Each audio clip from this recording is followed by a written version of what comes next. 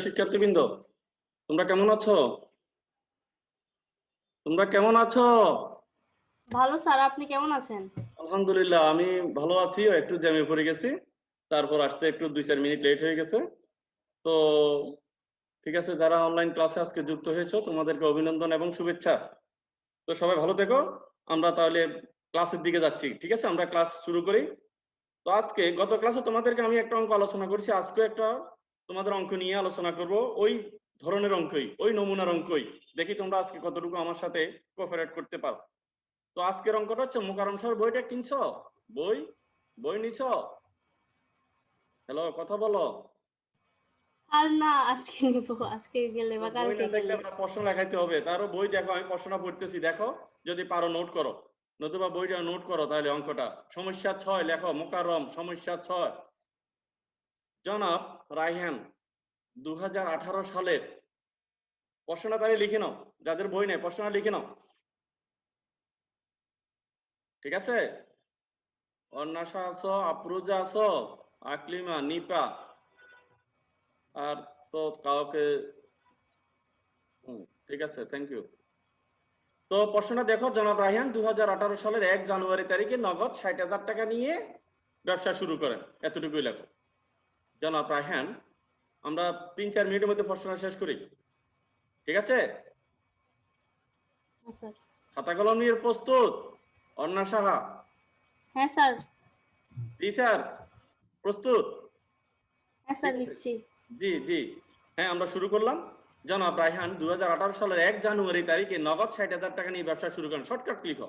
এরপর লেখো 2018 জানুয়ারি 2, 1 তারিখ গেল 2, বাকিতে পণ্য ক্রয় 5,000 টাকা। বাকিতে পণ্য ক্রয় 5,000 টাকা। লিখছি স্যার। জানুয়ারি 2, কথা বলবা। বাকিতে পণ্য ক্রয় 5,000 টাকা। জানুয়ারি 2, জানুয়ারি 3 লেখো পরপর, প্রশ্ন আকারে লিখো, প্রশ্ন আকারে লিখো পরপর। জানুয়ারি 3 নিচের লাইনে না, পরপর লেখো প্রশ্ন আকারে। জানুয়ারি 3 ব্যাংকে জমা দেওয়া হলো 10,000 টাকা। ব্যাংকে জমা দেওয়া হলো 10,000 টাকা। হ্যাঁ স্যার। ঠিক আছে। জানুয়ারি 10 বাকিতে পণ্য বিক্রয় 12,000 টাকা। বাকিতে পণ্য বিক্রয় 12,000 টাকা। লিখছি। 15 তারিখ পরপর নতুন আসবাবপত্র ক্রয় 3,000 টাকা। নতুন আসবাবপত্র ক্রয়, আসবাবপত্র ক্রয় 3,000 টাকা। এটা 15 তারিখ। শর্টকাট লেখা, আসবাবপত্র ক্রয় 3,000 টাকা। জানুয়ারি 20 অনাদায়ী পাওনা ধার্য হলো 2,000 টাকা। ব্যাখ্যা পরে করছি, আগে প্রশ্নটা লিখে উঠাও। আগে তোমরা প্রশ্নটা খাতায় তুলে নাও। অনাদায়ী পাওনা ধার্য হলো 2,000 টাকা। 20 তারিখে লিখছো? অনাদায়ী পাওনা ধার্য হলো 2,000 টাকা। জানুয়ারি 30 লিখছো? হ্যাঁ স্যার। বেতন পরিশোধ 7,000 টাকা। 30 তারিখ। 7,000। 7,000, হ্যাঁ 7,000 টাকা। এ হলো প্রশ্নটা। স্বল্প অল্প কটা এন্ট্রি দিয়ে দিলাম, অল্প কটা এন্ট্রি ছোট অঙ্কের রেডি করে নিয়ে এলাম। বইতে যে ছোট অঙ্কটা আছে সেটাই আজকে উপস্থাপন করলাম। তো তোমাদেরকে করতে হবে করণীয়। ক, করণীয় ক, প্রাপ্য হিসাবের পরিমাণ নির্ণয় করো। প্রাপ্য হিসাবের আরেকটা নাম কি? দেনাদার। দানাদার। হ্যাঁ, দেনাদার, ইয়েস। তো প্রাপ্য হিসাব, হ্যাঁ, প্রাপ্য হিসাবের পরিমাণ নির্ণয় করো। প্রাপ্য হিসাবের পরিমাণ নির্ণয় করো। খ,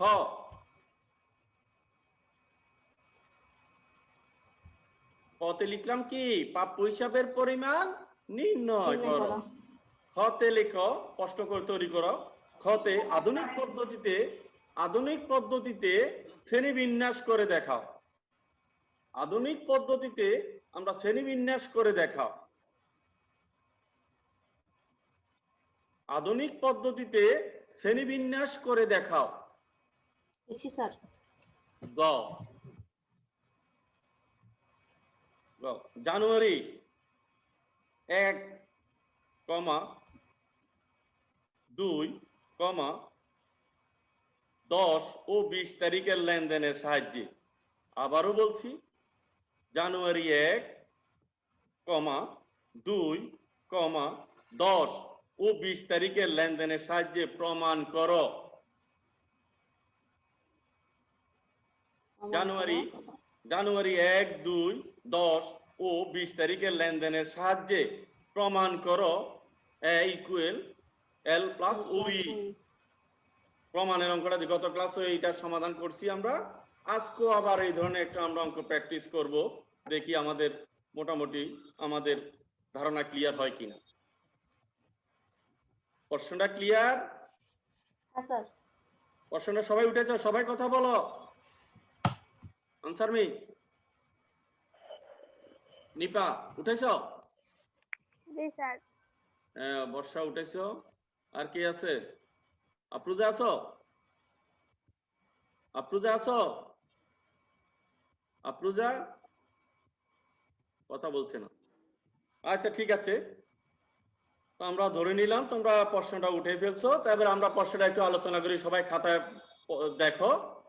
প্রথম যেটা শুরু করছে, জনাব রাইহান 1 জানুয়ারি তারিখে নগদ 60,000 টাকা নিয়ে ব্যবসা শুরু করছে। কত টাকা দিয়ে? 60,000। তো এটা মূলধন। কি ব্যবসা শুরু করছি এটা আমাদেরকে বলে নাই। গত ক্লাসে এরকম একটা আমরা অঙ্ক দেখেছি যে কি ধরনের অঙ্ক, কি ধরনের অঙ্ক ছিল? আসবাবপত্র ব্যবসায়ী। আজকে অঙ্কটা দেয় নাই কোন ধরনের ব্যবসায়ী। উনি একজন ব্যবসায়ী, ট্রেড ব্যবসায়ী। সে রায়ন ব্যবসা শুরু করলো। তার লেনদেনগুলো কি? বাকিতে পণ্য ক্রয়, ব্যাংকে জমা দেওয়া হলো, বাকিতে পণ্য বিক্রয়, নতুন আসবাবপত্র ক্রয়, অনাদায়ী পাওনা। অনাদায়ী পাওনাটা কি বুঝো? অনাদায়ী পাওনা সংজ্ঞাটা কেউ বলতে পারো? এনিওয়ান? অনাদায়ী পাওনা হচ্ছে নিপা, বর্ষা।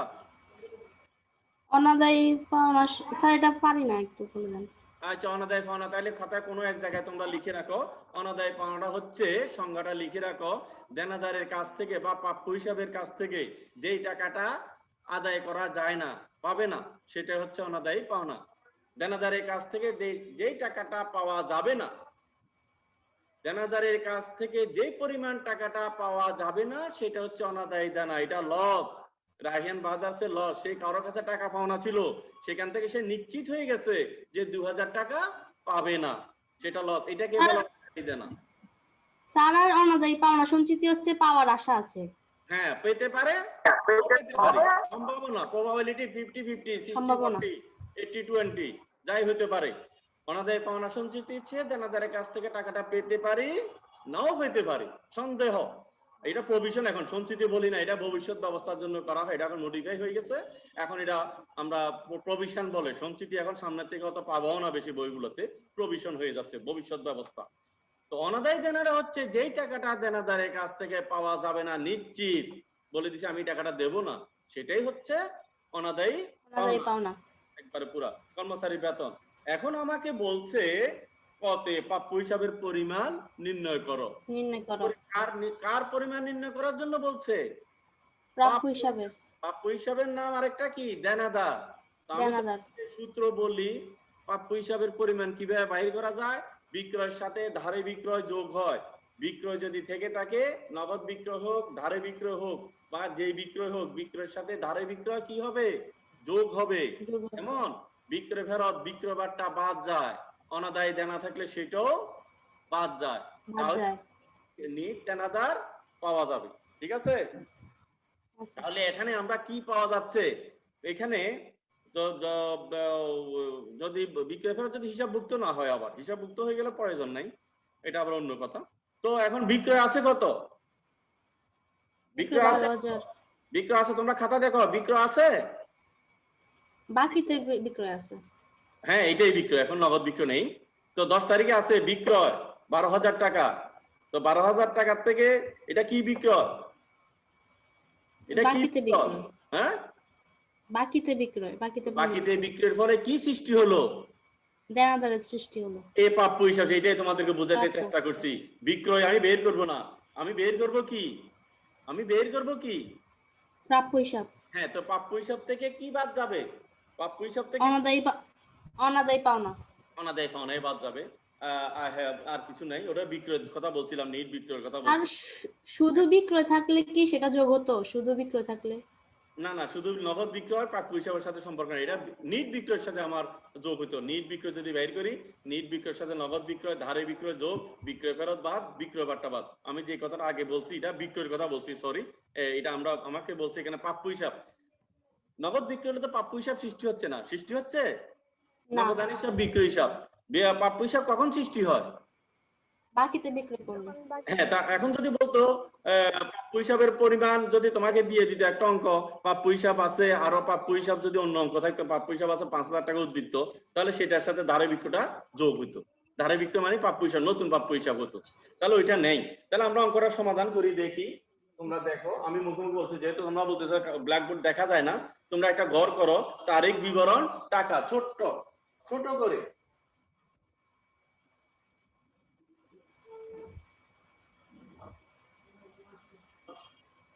ঘরটা দেখা যায়? হ্যাঁ স্যার। তারিখ, মুখে বলতে তারিখ, বিবরণ, টাকা। ঠিক আছে? তো তারিখ হচ্ছে 2018 জানুয়ারি 10 তারিখে ধারে বিক্রয় বলে কি হচ্ছে? প্রাপ্য হিসাব। প্রাপ্য হিসাব হচ্ছে 12,000 টাকা। বিয়োগ জানুয়ারি অনাদায়ী পাওনা। 20 তারিখ বিয়োগ অনাদায়ী পাওনা বাদ দাও। অনাদায়ী পাওনা কত আছে? 2,000। আর কোনো 2,000। সাথে সম্পর্ক নাই। তাহলে নেট প্রাপ্য হিসাব কত দাঁড়ালো আমার? 10,000। এইটাই প্রাপ্য হিসাব। তো তারা নেট প্রাপ্য হিসাব লিখতে পারো, নেট প্রাপ্য হিসাব। আমি আবারও বলছি, প্রিয় শিক্ষার্থীবৃন্দ, আমাদের ধারে বিক্রয়ের ফলে দেনাদার সৃষ্টি হচ্ছে 12,000 টাকা। দেনাদার, দ্যাট মিনস প্রাপ্য হিসাব। ওইখান থেকে 20 তারিখে নিশ্চিত হলাম অনাদায়ী পাওনা 2,000 টাকা, যে কোনো দেনাদার XYZ বলছে আমরা এই টাকাটা দেব না, তাহলে এটা অনাদায়ী দেনা বা পাওনা। যেই বলো অনাদায়ী পাওনা দেনা একই কথা, ব্যাড ডেটস, কুঋণ, একই ভাষা। কেমন? তাহলে পাওয়া ছিল 12,000 টাকা, পাবে না কত? 2,000। তাহলে 2,000 টাকা পাবে এই পর্যন্ত, এটা সঞ্চিতি নেই। তো এই হচ্ছে কয়ের সমাধান। কারো প্রশ্ন থাকলে বলো, কারো প্রশ্ন থাকলে বলতে পারো। তোমরা সংখ্যা কম আছো, বুঝে নিতে পারো, তোমাদের উপস্থিত সংখ্যা স্যার কম, বুঝছি। বুঝতে পারো, বলতে পারো সবাই। সংখ্যা বেশি হলেও তো আমি সবাই কথা নিতে পারতাম না। ঠিক আছে? তোমরা সংখ্যা কম আছো, সেই জন্য বলছি, কারো সমস্যা থাকলে একবারে খোলামেলা ভাবে বলতে পারো, বুঝে নিতে পারো।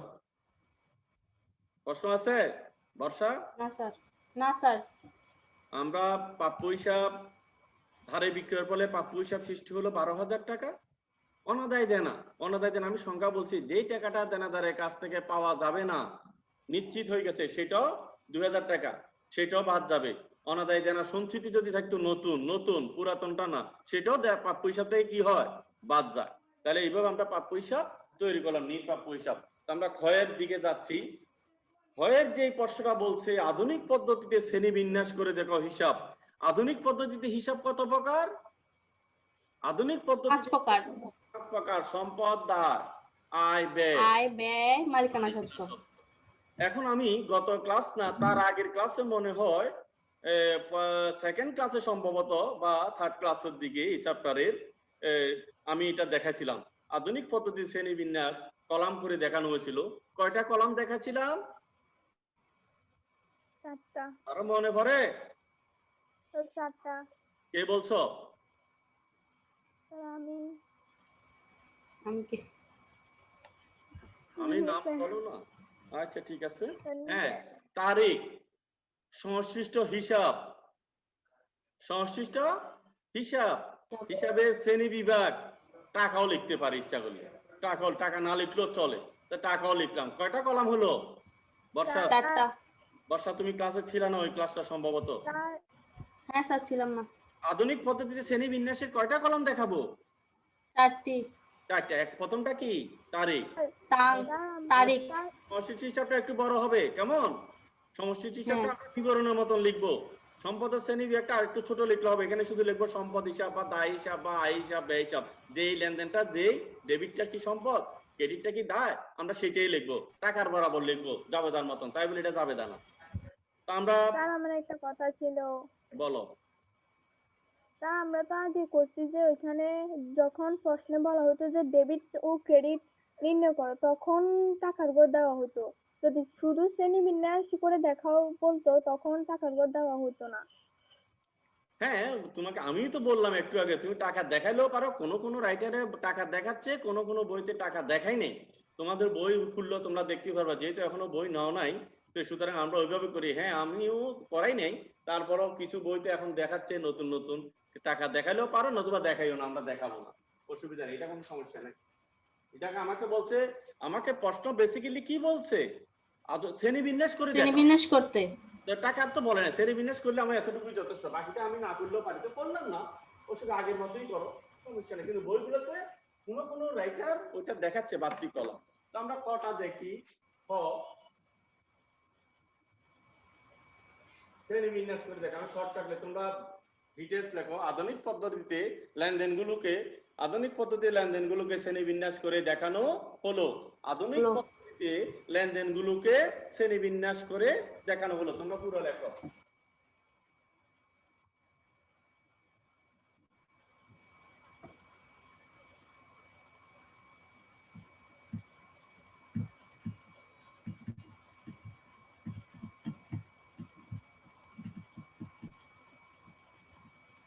তাহলে আমরা ঘর ছোটই করি, তারিখ, সংশ্লিষ্ট হিসাব, হিসাবের শ্রেণী, হিসাবের শ্রেণী বিভাগ, তাহলে ছোট করি তিনটা করো। তাহলে যদি টাকা না দাও তাহলে তিনটা করো, তিনটা করেই করো, করতে পারো, টাকা দিলেও দিতে পারি, অসুবিধা নেই, দিলাম না। তারিখ, সংশ্লিষ্ট হিসাব,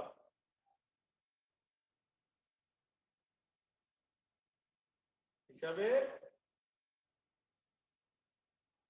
শ্রেণী বিভাগ,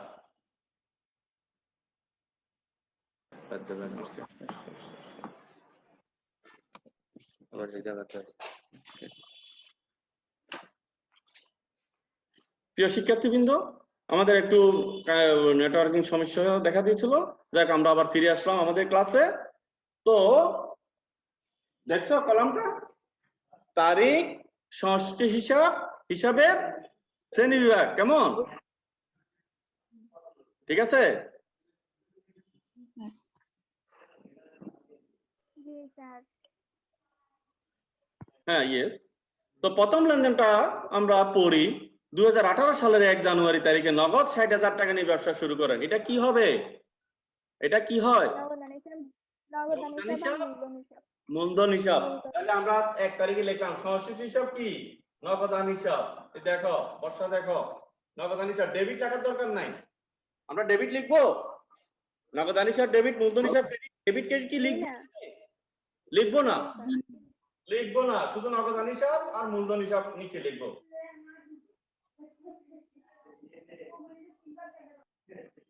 নগদান হিসাব, মূলধন হিসাব, কিন্তু আমাকে ভাবতে হবে প্রথমটা ডেবিট, নিচেরটা কি ক্রেডিট। তাহলে নগদান হিসাব কি হিসাবের শ্রেণী, এটা সংশ্লিষ্ট হিসাব হলো, নগদান হিসাব, মূলধন হিসাব, সংশ্লিষ্ট হিসাব। এখন আমরা এটাকে শ্রেণী বিভাগ করব, হিসাবের শ্রেণী বিভাগ। নগদান হিসাবটা কি সম্পদ নাকি দায় নাকি আয়? সম্পদ। মালিকানা সত্ত্ব কি? সম্পদ। কি হবে? সম্পদ। ইয়েস, সম্পদ। হিসাব লেখার দরকার নাই, সম্পদ লিখলো, সম্পদ হিসাব লিখলে হবে, সম্পদ হিসাব লেখো, লিখতে পারো সম্পদ হিসাব। আর মূলধন হিসাব মালিকানা সত্ত্ব। ইয়েস, মালিকানা সত্ত্ব, মূলধন মালিকানা সত্ত্ব।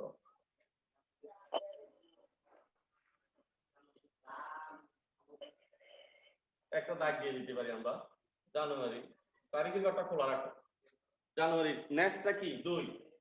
এবার নিচেরটা বলো। ক্রয় হিসাব ডেবিট, প্রদেয় হিসাব ক্রেডিট। হ্যাঁ, কে বলছো? তানিশা। নিপা।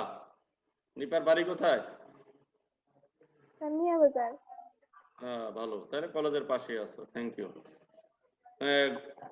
ঠিক আছে, কথা বোঝা যায়? জি স্যার। আবার একটু ইয়া পড়ে গেল। তো দ্বিতীয়টা হচ্ছে কি, ক্রয় হিসাব।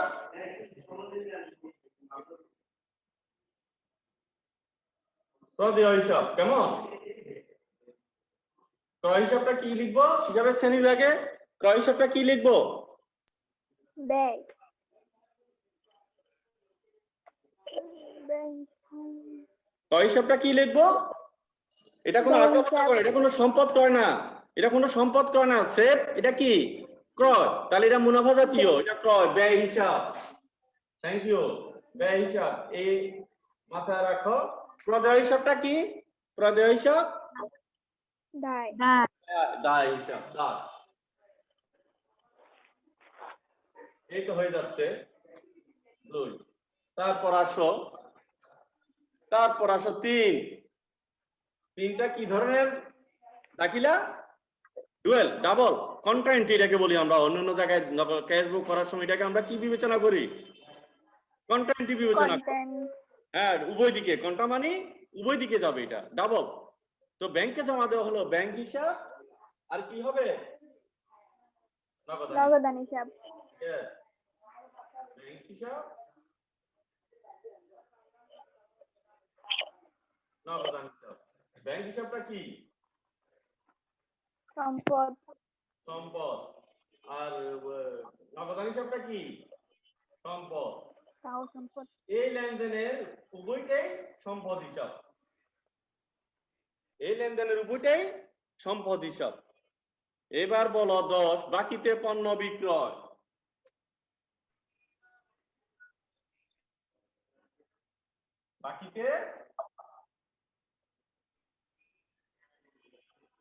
বাকিতে পণ্য বিক্রয়,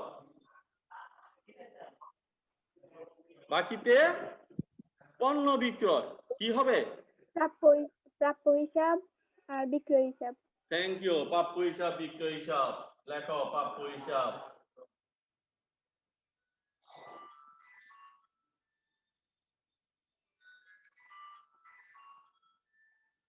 প্রাপ্য হিসাব, বিক্রয় হিসাব। প্রাপ্য হিসাবটা কি লিখবে? সম্পদ আর আয়।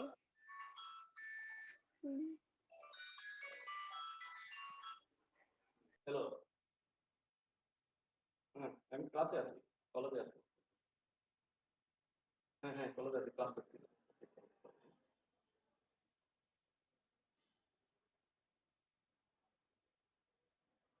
তাহলে আমাদের 10 তারিখের লেনদেনটা কি? বাকিতে পণ্য বিক্রয়, প্রাপ্য হিসাব, প্রাপ্য বিক্রয় হিসাব, হিসাব। বিক্রয় হিসাব। প্রাপ্য হিসাবটা কি হিসাব? সম্পদ বিক্রয় হিসাব। হিসাব। সম্পদ। আর বিক্রয় হিসাবটা আয়। বিক্রয় কি? বিক্রয় করার ফলে কি আয় হয় না ব্যয় হয়? এটা কোনো সম্পদ আয়। বিক্রি করে নাই। আবারও ক্রয়ের মতো, ক্রয় যদি ব্যয় হয়, বিক্রয় কি হবে? উল্টোটা, আয়। আর এটা কোনো সম্পদ বা দায় না তো। সম্পদ কোনো বিক্রি করে নাই, আসবাবপত্র বিক্রি করে নাই, কলকাতা যন্ত্রপাতি বিক্রি করে নাই। তাহলে শুধু বিক্রয় কি? আয়, মুনাফা যে মালিকানা সত্ত্ব, এটা আয় হিসাব। এটা আয় হিসাবে এফেক্ট হবে। আয় হিসাব লেখো। 15 তারিখ খাতা তোমরা লিখো, আমি বলছি। নতুন আসবাবপত্র ক্রয়, নতুন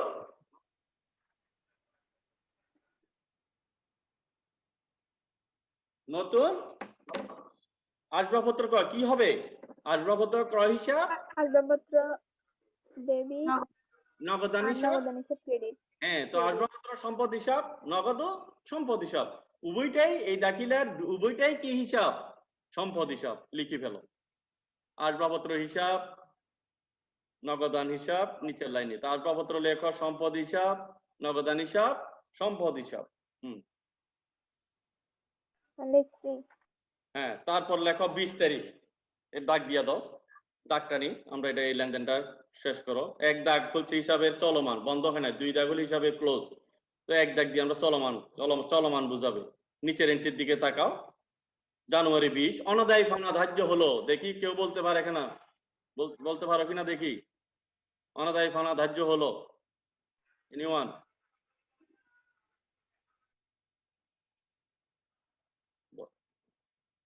পারবা? অনাদায়ী ফানা একটু আগে বলছি, অনাদায়ী ফানা কার সাথে সম্পর্কিত? কার থেকে পাওয়া যায় না? প্রাপ্য হিসাব। দেনাদার। দেনাদার, প্রাপ্য হিসাব। তাহলে অনাদায়ী ফানাটা কি? অনাদায়ী ফানাটা কি ব্যাখ্যা দিছি? ব্যয়। ব্যয়টা কি হয়? ডেবিট। ব্যয়টা ক্ষতি, ডেবিট। তো অনাদায়ী ফানা হিসাব ডেবিট, প্রাপ্য হিসাব ক্রেডিট। সম্পদ হ্রাস হয়ে গেছে, সম্পদ ক্রেডিট। অনাদায়ী ফানা হিসাব ডেবিট, প্রাপ্য হিসাব ক্রেডিট। লিখছো? লিখো। অনাদায়ী ফানা হিসাব ডেবিট, প্রাপ্য হিসাব ক্রেডিট। ডেবিট কি লেখার দরকার নাই, আমি বললাম অনাদায়ী পাওনা হিসাব, প্রাপ্য হিসাব। তাহলে সম্পদের শ্রেণী বিভাগ করো। অনাদায়ী পাওনাটা হচ্ছে কোন হিসাব? ব্যয় হিসাব। অনাদায়ী পাওনাটা কি হিসাব? উপরের লাইনে প্রথম ডেবিট বরাবর যেটা আমরা লিখে থাকি, ডেবিট বরাবর সেটা হচ্ছে ব্যয় হিসাব, আর প্রাপ্য হিসাবটা হবে কি? সম্পদ হিসাব। অনাদায়ী পাওনা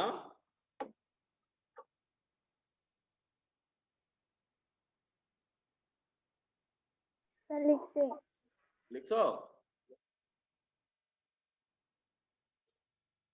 জি স্যার। আমাদের একটা স্ক্রিনে একটা ইয়া পড়ে গেছে, একটু ক্লিয়ার করে দিই। হ্যাঁ, থ্যাংক ইউ। আমাদের সময় প্রায় শেষের দিকে, আমরা একটা লেনদেন আছে, দেখি আমরা ক্লাসটা শেষ করব। তো 30 তারিখ কর্মচারী বেতন পরিশোধ। কর্মচারী বেতন পরিশোধ, তাহলে এটা কি হবে? বেতন হিসাব, নগদান হিসাব। নগদান হিসাব। বেতন হিসাবটা কি হিসাব? ব্যয় হিসাব। বেতন হিসাবটা কি হিসাব? ব্যয়।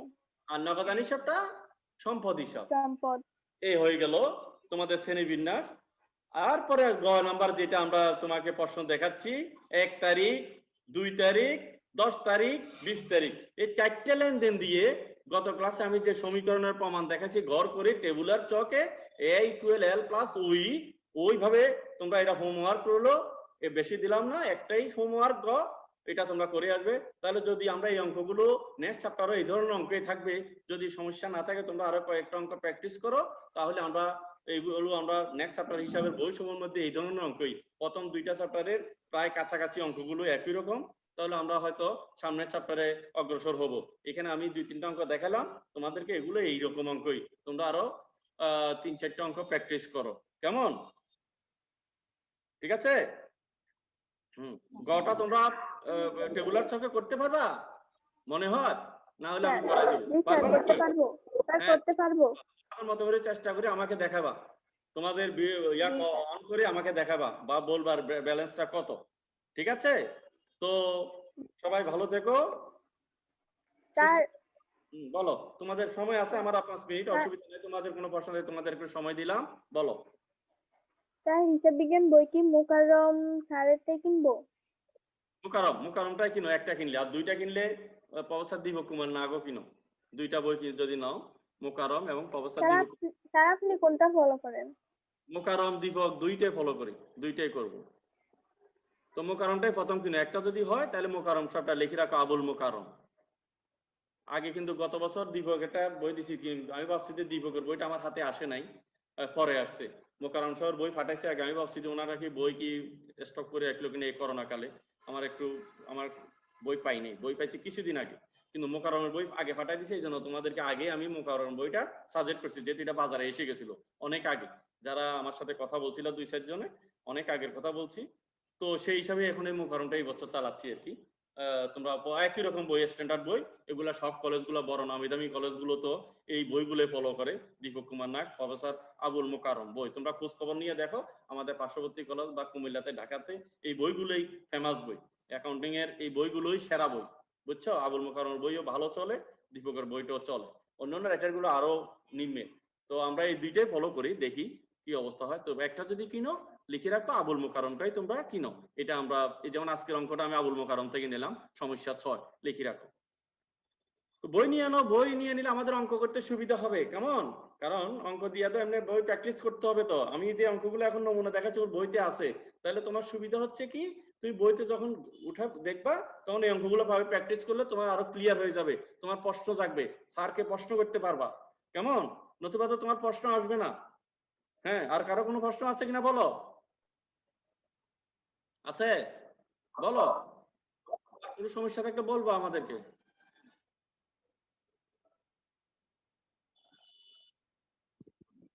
জি না স্যার। কোনো প্রশ্নই নাই? কি বলো, কলেজে আসছো, কত প্রশ্ন যে থাকতে পারে। কলেজে আর ঢুকছিলা, নবীনবরণ করতে পারলাম না আমরা এই করোনা কালে। আলহামদুলিল্লাহ এমনি ক্লাস শুরু হয়ে গেল। কলেজে ঢুকছিলা, মিয়া বাজার কলেজে আসছিলা? জি স্যার। জি। অসুবিধা নেই, আলহামদুলিল্লাহ। সবাই ভালো থাকো, তো স্বাস্থ্যবিধি মেনে চলো, আর মোটামুটি কিছু পড়াশুনো করো। অঙ্কগুলো যেগুলো দেখাচ্ছিলাম এগুলো একটু দেখো। তো দেখলে আশা করি তোমরা অগ্রসর হয়ে যেতে পারবা। অঙ্কটা আগায় নিয়ে যায়, অন্য পাশাপাশি অন্য বিষয়গুলো একটু ক্লাস করো, মনোযোগ দাও পড়াশোনাতে।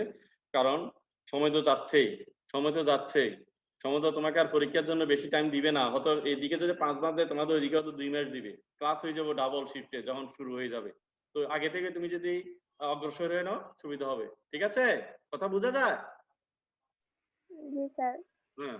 তো সবাই ভালো থাকো। গ নম্বর অঙ্কটা তোমরা প্র্যাকটিস করবা।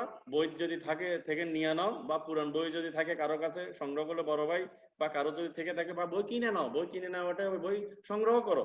বই ছাড়া তো হবে না। বই একটা হলে আবুল মোকাররম বইটা নিয়ে আনো অতি সত্বরই। তাহলে আমরা ক্লাস করতে আরো ভালো বলতে ক্লাস উপভোগ করতে পারবা। নয়তো প্রশ্ন না থাকলে তো কিছুই বুঝবা না, কিছুই বুঝবা না। প্রশ্নটার সামনে থাকলে আমাকে প্রশ্ন করতে পারবা, কথা বলতে পারবা। তাহলে আমরা অঙ্ক করতে পারবো, সমাধান করতে সুবিধা হবে। তো সবাই ভালো থাকো সে পর্যন্ত। আল্লাহ হাফেজ। ঠিক, দেখা হবে আগামী ক্লাসে। সবাই অনলাইন ক্লাসে যুক্ত থাকবা। তোমার ফ্রেন্ডদের বলবা যে স্যারে ক্লাস নিচ্ছে, হিসাব বিজ্ঞান ক্লাসে থাকো। 10:50 ক্লাসটা রোববার ফিক্স। অন্যদেরকে তো বলো, তোমার ফ্রেন্ডদেরকে বলো। ঠিক আছে? আমরাও বলছি, তোমরাও বলো। উপস্থিতি আরো একটু আপ করো না, মাত্র অল্প কজনে না তোমরা থাকো। ঠিক আছে? তোমরা একটু প্রচার করো, ফোন করো যে স্যার ক্লাস করতেছে। তো না বুঝলে আমাদেরকে বলবা যে স্যার একটু স্লো করেন বা আস্তে করেন, আমি বুঝতেছি না স্যার। আর তোমাদের সাথে আমরা কথা বলেই তো ক্লাস নিচ্ছি, তাই না? হ্যালো, জি। জি। না বুঝলে আমাদেরকে জি বলবো স্যার। স্যার একটু স্লো করেন, আমি বুঝতেছি, বা আগে যান, আমরা বুঝতেছি। তোমাদের সাজেশনে তো আমরা পার্টিসিপেট না থাকলে তো হবে না। ছাত্র স্যারের সাথে আমাদের সাথে কথা বলতে হবে, তাহলে হয়ে যাবে ইনশাল্লাহ। তো সবাই ভালো থাকো, ধন্যবাদ। আজকে এই পর্যন্তই।